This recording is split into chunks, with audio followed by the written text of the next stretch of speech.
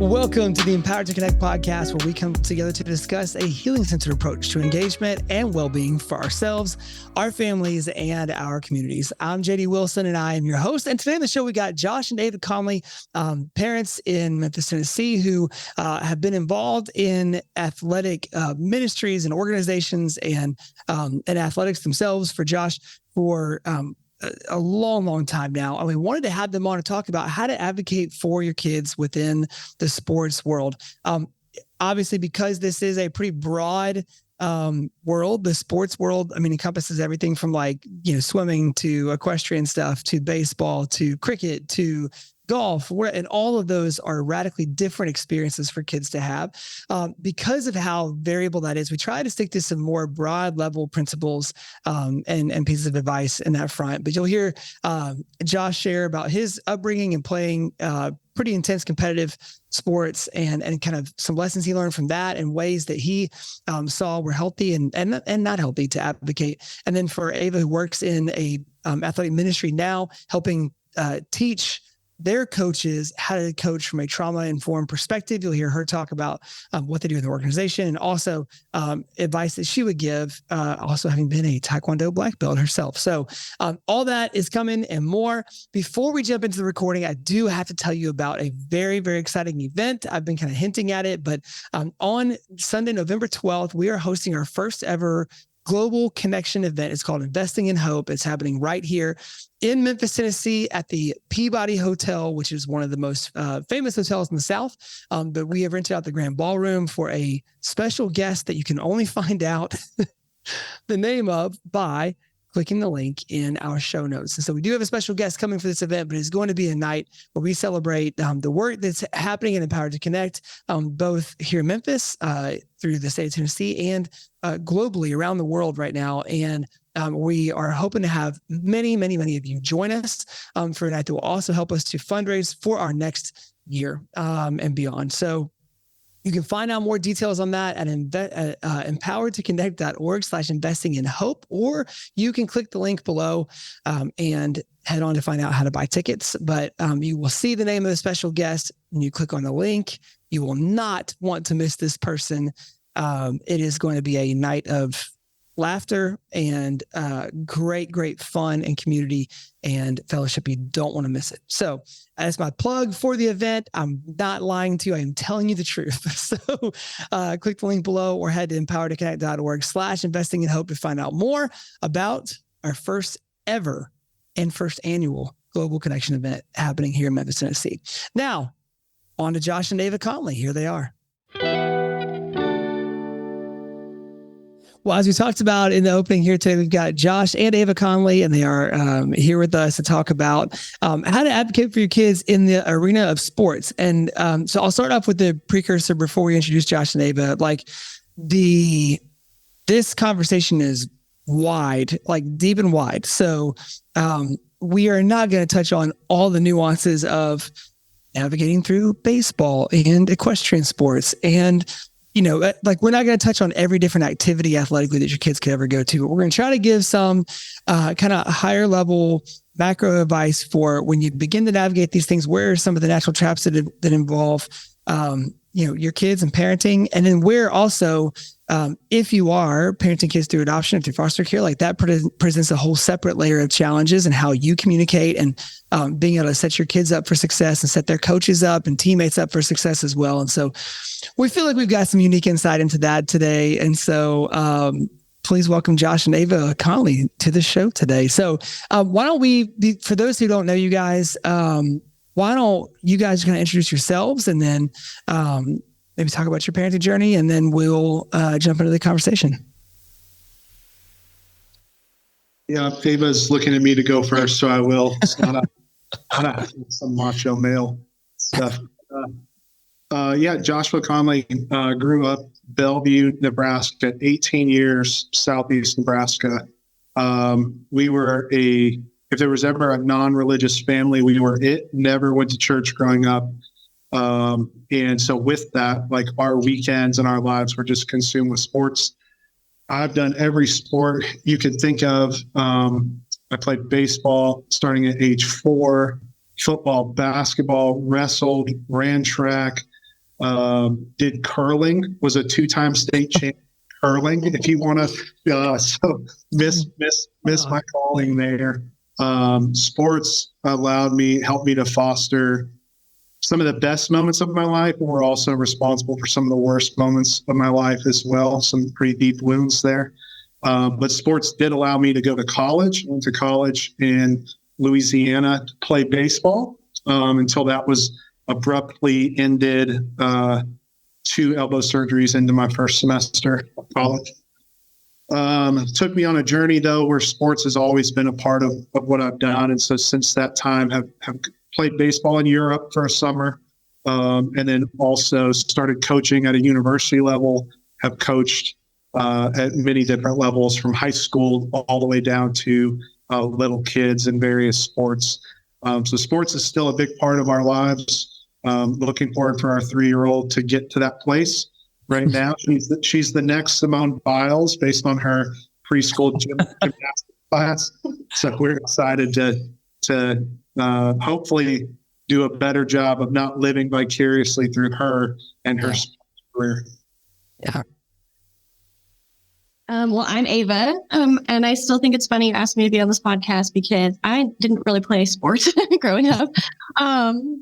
I married someone who loves sports, so I'm trying to learn and give our daughter lots of opportunities. I am a black belt in Taekwondo, if that counts as a sport. Yeah, that counts. What? I did not know that. We were kind of talking about it last night. Josh was like, "Don't forget you're a black belt," and I was like, "Oh yeah." So I did that when I was a kid, but I was more of like a choir nerd and all that kind of fun theater stuff. However, we have been a part of some kind of sports ministry, it seems, for at least 13 years now. I work for a local nonprofit where we share the gospel through sports. And I love my job. I believe in opportunities for kids to engage with sports and physical activity. And so that's what I do now. I'm the community development there, and I get to train volunteers and staff the importance of trauma-informed coaching, and so I get to do something that I love in that, even though I'm not in particular. But I love sports. I do. I love sports opportunities for everyone. Awesome.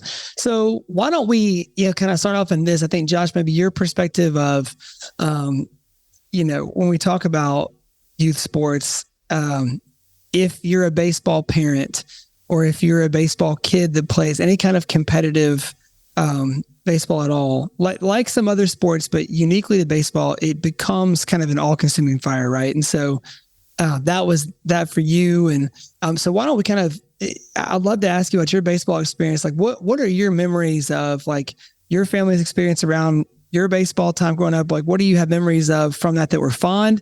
And what are some? Well, why don't we start from that place and then we'll jump into the more. Yeah.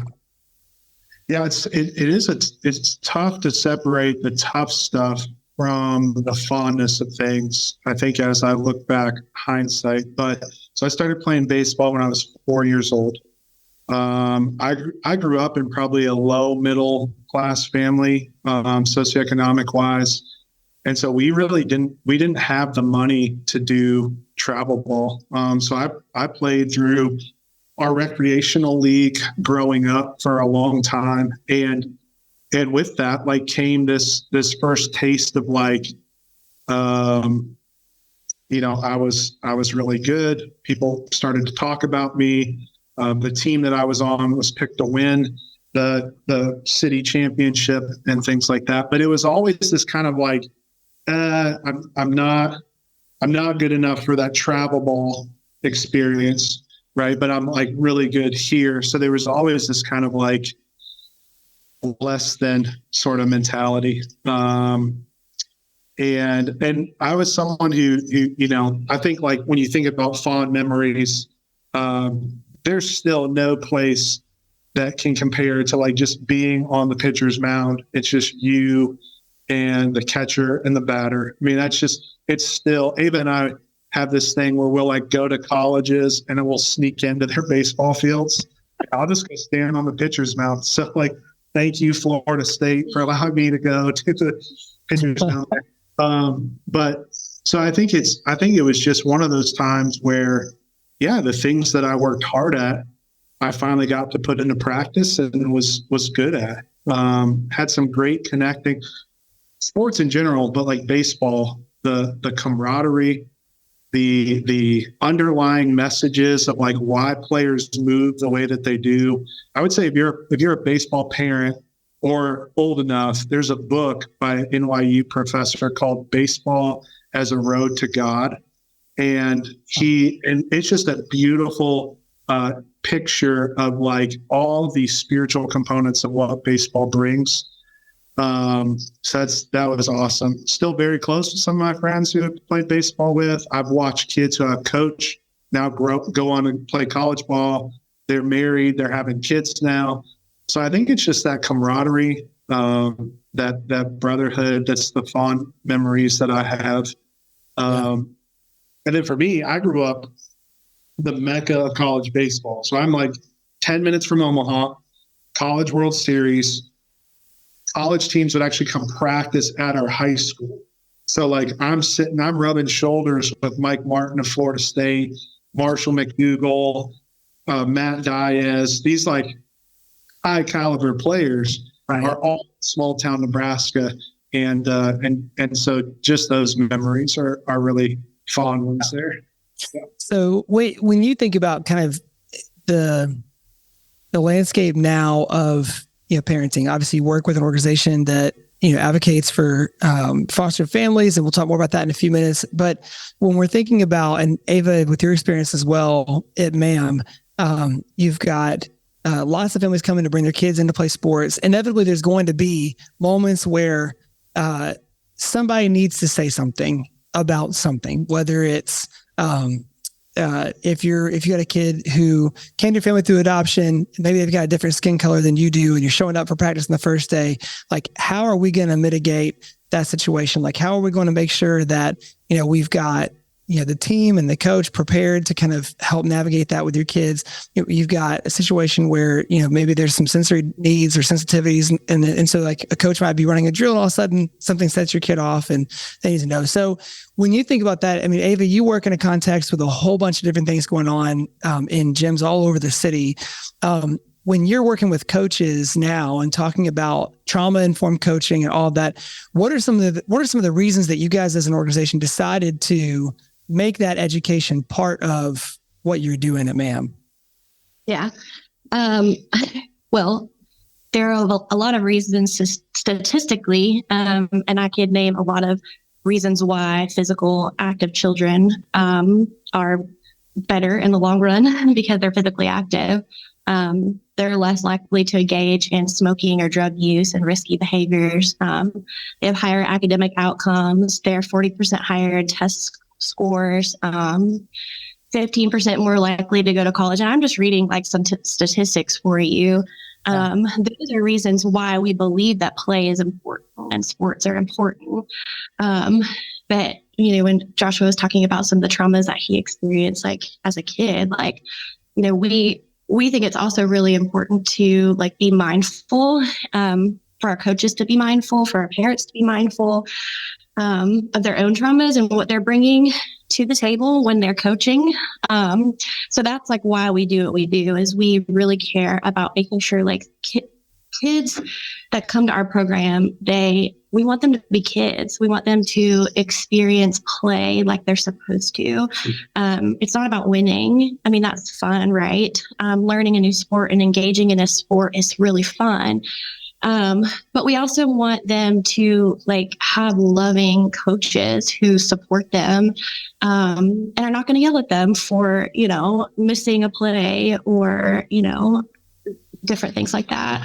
So we really care about the child holistically. We believe that play is important. And we believe that it's important to train coaches who are listening to kids and meeting kids right where they're at. Yeah.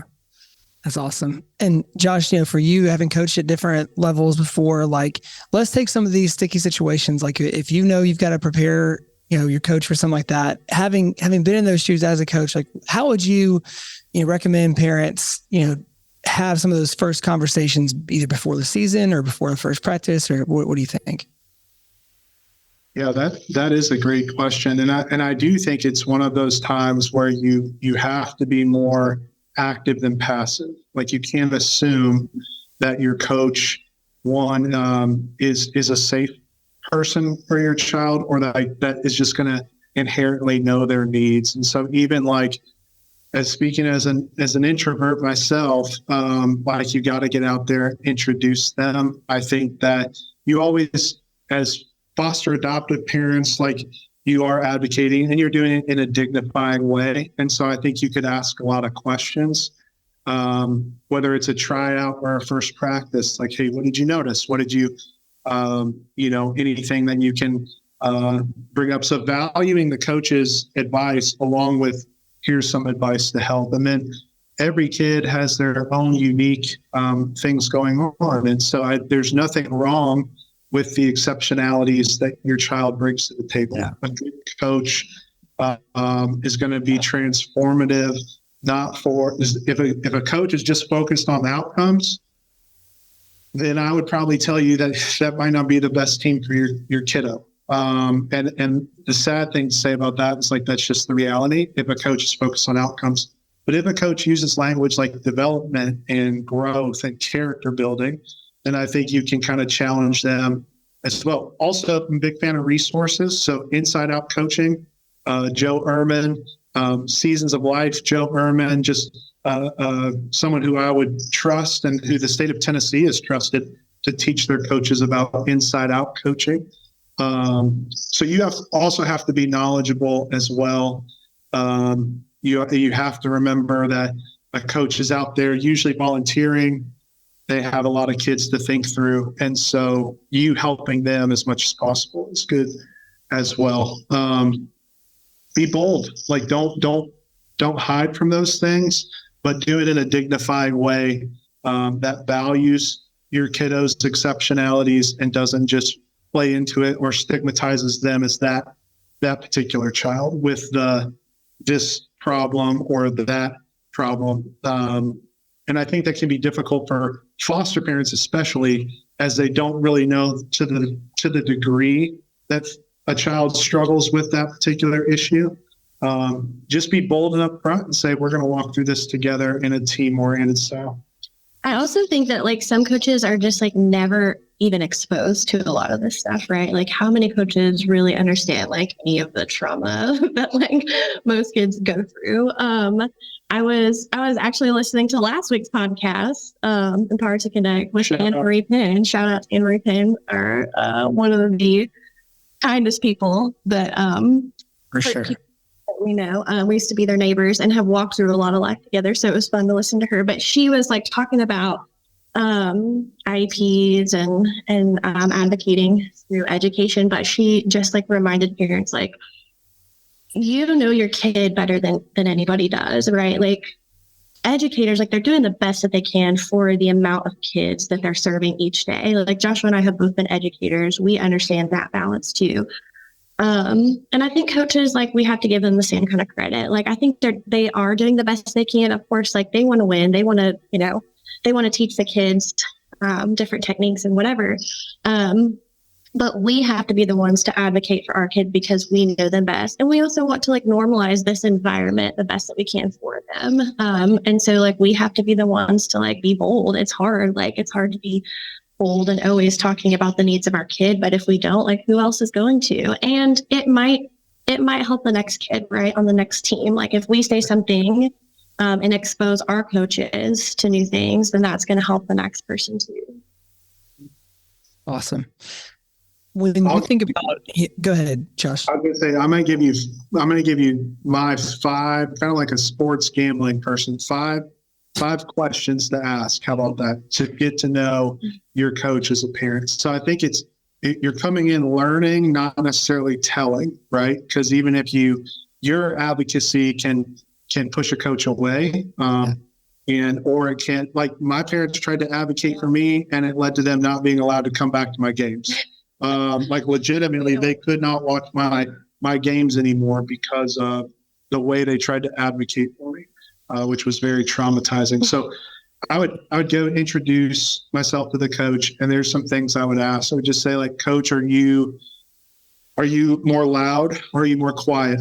I'm a loud coach. Like, I'm loud and I'm monotone. So when I'm giving you praise, it sounds the same as when I'm like, defend the ball. So just ask, like, are you loud or are you quiet? How do you give feedback? Are you going to pull my kid to the side one-on-one? Or if you're taking infield and he bobbles the ball, are you going to yell at him in front of everybody? I think there's also this sense of like, how do you point out flaws that you see, and how do you point out the strengths that you see in your players? I think another question I would ask is, Coach, if I see an issue or have a concern, how would you like me to address that with you? I think could be really, really well. And then like, Coach, what encourages you? And then I think, how would you feel encouraged as a coach? And then I think as parents, we can say, JD is really encouraged when he gets that individualized attention. And so just, I'll encourage you and just be mindful about it. Really so, just asking questions, learning your coach is super important. Yeah. Well, I think another thing you said in number one, like regulating ourselves as parents too, is really important. Like before we get out on the field with our kids. 100%. Yeah. That's something that we train our coaches to do, to be mindful of like what's going on in your own body, because like you can't help regulate a kid if you're not regulated. That's important. Yeah. So we have a friend that says like they're not gonna pay for their kids' college, but they are gonna pay for their kids' counseling. And they're going to spend more. So I'm just going to say, like, as someone who used sports to get ahead, like you hear the old adage of like, not everyone's going to get a scholarship or not everyone's going to be a superstar. And I would say that most parents, when they hear that, they would probably go, yeah, that might be your kid. That's not going to be my kid. Right. And so you don't really believe that, even though it's factual. And then you start to just over assert yourself into the sports life of your child, hyper focused on that. And so then you're going to look up one day, and not only has sports not gotten them to college, now you get to pay for their counseling through that trauma. So just be mindful that the highlights and the wounds on the athletic field are some of the tougher ones, I think, to get over, just because of the way sports is idolized in our culture. And so at the same time, I can distinctly remember things that were said to me as a kid that were very expletive, that spoke to just not, and played into this like internal lie that I've walked with my entire life. And so huge impact. No, not to throw that out there, but you want to do this right because it does have a big impact.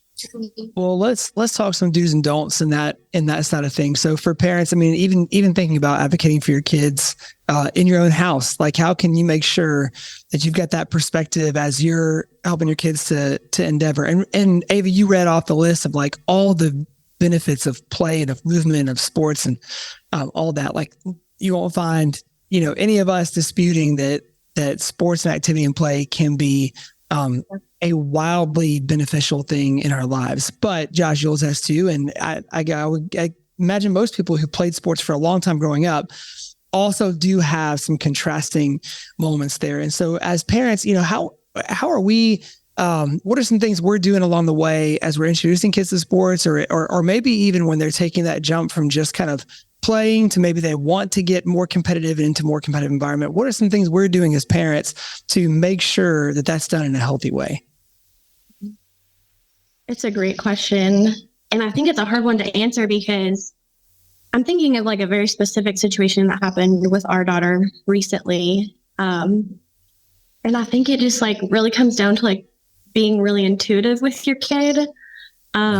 Especially in this like world that we're navigating. It's like we want to push our kids to do things that they might not necessarily enjoy or might not choose for themselves.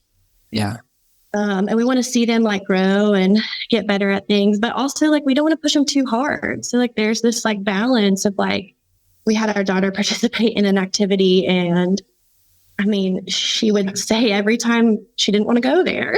We're like, well, we've got to finish the season. We're going to make it to the end. And then we did. And we made it to the end. We made it to the recital. And I mean, it was very hard. It was a very hard day. For us as parents, it was hard, just like watching her, like not being able to navigate that the way that we kind of expected her to. So I don't know that I really have an answer for you other than just being intuitive, because, and we're even still like, do we make her go back and try it again and see if she likes it again? And we ultimately decided not to, not that was like the right or wrong thing to do. Luckily she's found another activity she really likes. So I think just being intuitive in what your kids like are telling you, because sometimes they just might not be able to handle it in that moment. Like, I think we might try this activity later in life when we feel like she might be a little bit more capable of being able to like handle the sensory stuff that she's working through, So. Sure. I mean, I think, Ava, one of the things you mentioned was like maybe coming back to that later on in life. Like one of the things that was, I think I benefited from greatly was not having parents who were trying to like live their dreams through me necessarily. Like we were introduced to sports, and definitely like, my dad was, his favorite sport ever was basketball. I mean, he was a prolific player, but loved basketball. We were a huge basketball house growing up. And so we definitely were introduced to the game out of a love that he had for it, but there was no pushing into like, you will do this and you will like, and kind of a carrying on of his athletic legacy. That none of that was really there. And I think one of the things that allowed for me was like the freedom to explore not just doing the things that they liked, but what do I like doing? And so discovered one summer I liked playing tennis. And so I ended up leaving baseball to go play tennis because I just liked it. Ended up, having an incredible experience with that and getting to play at places all over. And so I think the giving your kids the freedom to be who they are and to enjoy stuff and to kind of find their way. I will hand up, just say early on, like I definitely, had things that I wanted our kids to be, excited about and committed to and all that. And so it's funny now to look back years and years later, but like early on, I remember like just struggling through coaching one of our kids in sport growing up that I loved and being like, man, I just don't think they like this. This is not going well.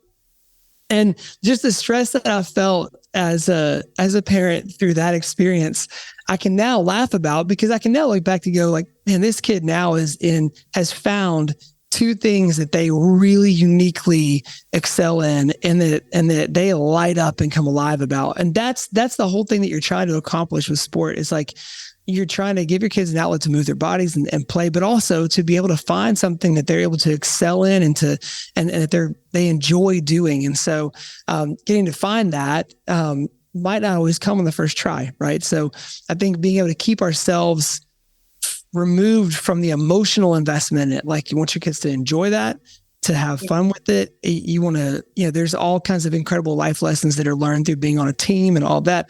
At the same time, like we've tried to tell all of our kids at the end of every season, hey, if you don't like it this year, like we don't have to come back to it. But we're going to try to figure out what the reasons are that we don't like it and make sure that it's not something that's, easily correctable. And if it's just like, yeah, I just don't like baseball. Awesome. We don't have to do baseball. Try something else. I want to try this. Awesome. Cool. We'll try it out. So I think those are definitely things that help. I mean, Josh, you're smiling as I say that. Like, I mean, when you think about, again, your coaching experience and just your experience playing sports coming up, what are some of the things like that you're going to incorporate into your parenting as an athletic parent that you learned from growing up? Yeah. Good or bad? I mean, things that you'll avoid or that you'll do. Yeah, I think that like, not that I would avoid it at all costs, because I do think like, I do think that sports have an avenue for just this amazing opportunity of love and camaraderie and things like that. It tiptoes such a thin line, JD, of like, we don't want our children's highest moments in their lives to be on the high school athletic field or the college athletic field. And so I think for Ava and I, like, we have to create a home to where our daughter is our daughter holistically, not just the athlete. Yeah. And if she likes that, and we if she let's say with gymnastics, she's in gymnastics now, she's three going on Simone Biles, right? So like she's just taking off. But like if she wants to have a beam in part of the house or a trampoline, like we can invest in that. But we're not going to set a regimen of, hey, did you get your 3 hours on the beam in? And so I think like some of the fondest memories I have with my dad is just like playing catch, playing like shooting hoops, where there just wasn't any stakes. There wasn't this sense of like, it wasn't practice.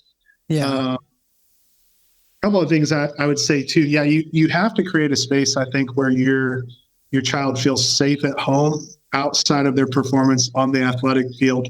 Give you a story real fast. Was playing high school baseball, playing against Omaha Burke, who's a very good baseball team. Throw that out there. I was pitching and hitting. I threw an entire game, complete game. Gave up 3 runs. We lost 3-2, but gave up 3 runs. Went 3 for 4 from the plate. The reason we lost, I remember, it's because our right fielder dove for a ball that he shouldn't have dove for, and those runs scored. So I blame him. If he's listening, I won't say his name. You know who you are. Who you are, yeah.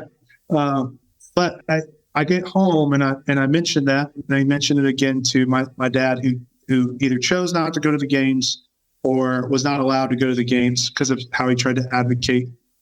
And I can remember the first thing he said was like, well, what happened on the one that you didn't get a hit on? I was like, dang, I just went 3 for 4. And you're like, the only thing that he mentioned was this, like, I missed one. And then he was like, well, you lose the game, not that I threw a complete game. And I know when I lost the game, I just mentioned it. He's listening. He owes me one. But I think like, so the focus was in sports on like all the ways that I had fallen short, instead of all the things that I had done well. And so if I could give anything to parents, I would say, as the executive and CEO of your child's fan club, which is what you are, like go above and beyond to point out the things that they're doing well, in sports and outside of sports, and spend minimal time trying to coach them in the things that they did not do well. They know it. They know they're going to work on it. Like they're going to get that from their coach if it's a good coach. Well, they're already probably struggling with a lot of other things too. Right. Like, just trying to fit in and being normal, when you're dealing with a lot of other things on top of that. So affirm, like just go over the top in your affirmation. And I would even say like, take 24 hours to talk about mistakes. Like not in the car ride home, not even later in the day. Don't kind of manipulate and say, hey, you want to go play catch? Hey, let's work on that. Let's work on wrapping up. Let's work on tackle. No, don't do that. Give them 24 hours to just be kids. And then if you feel the need to bring that up again, like you can. But I just think we want, through sports, we want our kiddos to be perfect. And baseball will teach you really pretty fast that someone who hits the ball 3 out of 10 times is an all-star. Right. That's right. JD, I love what you said about like how your dad gave you the freedom to kind of do and choose what you might want to do and play. And I think that shows like when our kids don't like something and might want to move on to something different, like it gives us as parents an opportunity to like expose them to something new too, which is like also good for their brains and their personhood, And so I think that's like And it also like gives us an opportunity to learn our kids. Like we've learned that our daughter loves gymnastics and she loves like theater and music. And that's like so fun. And she did not love ballet, and that's okay. Right. Like we get to like know who our child is and learn who they are. And that's really beautiful, because I think like some of Joshua's story is like sports just dictated like his world. And I think as he got older, he realized he loved music, and he loved theater, and he loved poetry. Yeah. And it's like he was missing out on so many things until, I hate to say until he married me, because it's like, yeah, it's like exposed him to like things that he had not gotten a chance to participate in, because it was like, no, sports is sports, and this is the most, you know. Oh, that's so good. Yeah. And I think that, we talked about, getting the freedom to try different things and figure out which, so that stuff changes all the time too. So you might have a kid that is obsessed with a sport one year, don't care about it the next year. And there might just be no reason for that other than like, yeah, it's just boring to me now. And to try different stuff out, again, be it the other sports or other activities or whatever, is always going to be healthy. It also just helps us to remind our kids all the time that like no one is good at everything. And so it can be a traumatizing event to play a sport for one season and never play it again if you believe that you couldn't play because you weren't good enough, or that you were a terrible soccer player or whatever. I mean, I have hated soccer my whole life, and I have kids now who are awesome at it, and I have a different appreciation for it. But when I think back, I don't think I played it very much, because when I played the first few times, I was playing with people who knew what they were doing. And it wasn't fun to lose at it. So I was like, well, I'm not good at soccer, so I don't play. Well, I have no idea if I was good at soccer or not. So I think just keeping a guiding hand on our kids' experience and helping them to process as they're going through it, to say like, we're not always going to be good at everything, but I am a huge believer that everybody's got something that they are uniquely gifted in, uniquely talented in, right? And so it might be to a level where you make a living doing that thing. It might just be that you get to watch somebody light up when they do something, or play a certain activity or sport or an instrument, or they get to, act, to be on a stage, or get to write or whatever. So I think it's our job just to help guide our kids through that process. And so I think, I'm a huge advocate of trying a whole bunch of different stuff and just being patient too.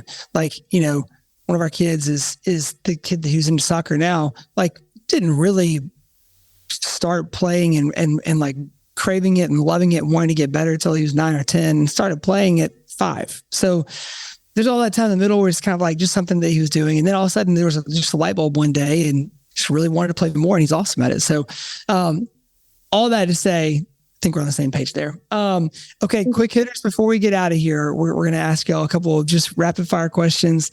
What is something that you are reading, watching, or listening to right now? Power to Connect podcast. Yeah, I mean, Sean, podcast. Anything that Memphis Family Connection Center puts out. Man, I'm reading Sir Arthur Conan Doyle's Sherlock Holmes books. Okay. And I love that I saw the movies before then, because when I read it, I can hear the voice of Robert Downey Jr. in my head. But man, they've been so good. Yeah. Such good books. We are watching Virgin River, of course. Of course.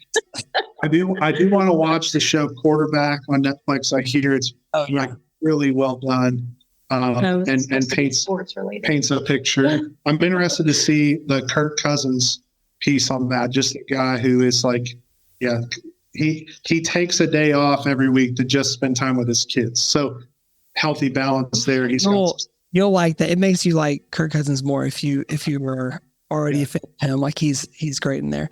All right. Who are some people that you're inviting over for a meal, dead or alive, in your life or famous, no matter what? If you get one meal to invite somebody over for, who are some people you might invite over, and what meal is it for? Are we doing just sports related now, JD? No, this could be anybody. Okay. I would invite the Wilsons over for some white chicken chili Yeah. to ask them how they won their first year in the annual pumpkin carving contest. Yeah. After I've worked so hard for many years to be number one. That was We did, for context, the Conleys host an amazing pumpkin carving night every year. And this past year was a competition. And so I have a few kids who are very competitive. I'm also competitive. And so there's a lot of plotting and planning of what we're going to do for designs. And me and one of the boys won. And we got a gift card to the Grizzlies team store. So it was awesome. We got to get some new Grizz gear this year, which is great. So yeah, that's one you can actually do, Ava. You can actually have that experience again. Man, I think like I don't want to be like super cheesy, but I lost my dad like 3 years ago, and it was sudden. And so I think just like he's never met our adopted daughter. So it would just be like, we're going to do breakfast because like, I want to, like, we need to watch the Huskers one more time together, and they need to win. Right. So it's got to be like an easy team because right now they're just not playing well. But I just missed his like yelling, like, go baby, go. And when the Huskers are running the ball. Yeah. But I think I want him to meet my daughter. I want to talk to him about just his life. I want to tell him about mine and the things I'm realizing. I think I'd probably do the same with my grandfather, who's a pretty big idol in my life, that I looked up to. I'd love to just sit down, and maybe this is in the future, but when like they can like kind of understand what's going on. We fostered 11 kids, adopted one.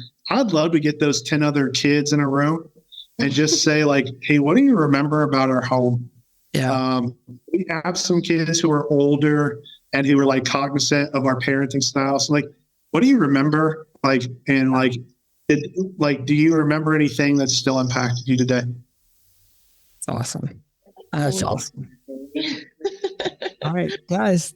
You survived. This is awesome. Thank you. Yeah. Well, thanks for coming on with us, and we will look forward to doing it again soon. Thanks, JD. Appreciate you.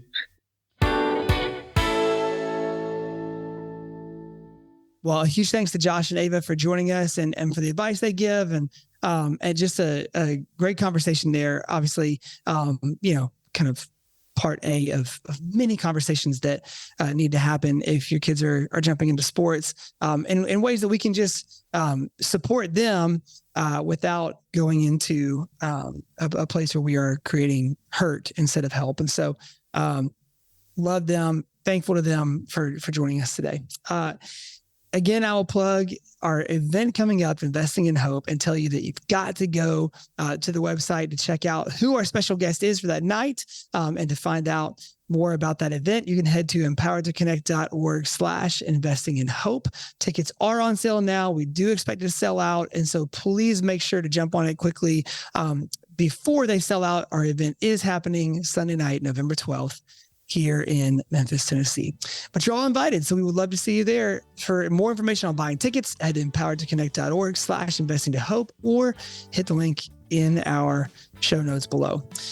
For Kyle Wright, who edits and engineers all of our audio, for Tad Jewett, the creator of the music behind the Empowered to Connect podcast, and everybody here at ETC, I'm JD Wilson, and we'll see you next week on the Empowered to Connect podcast.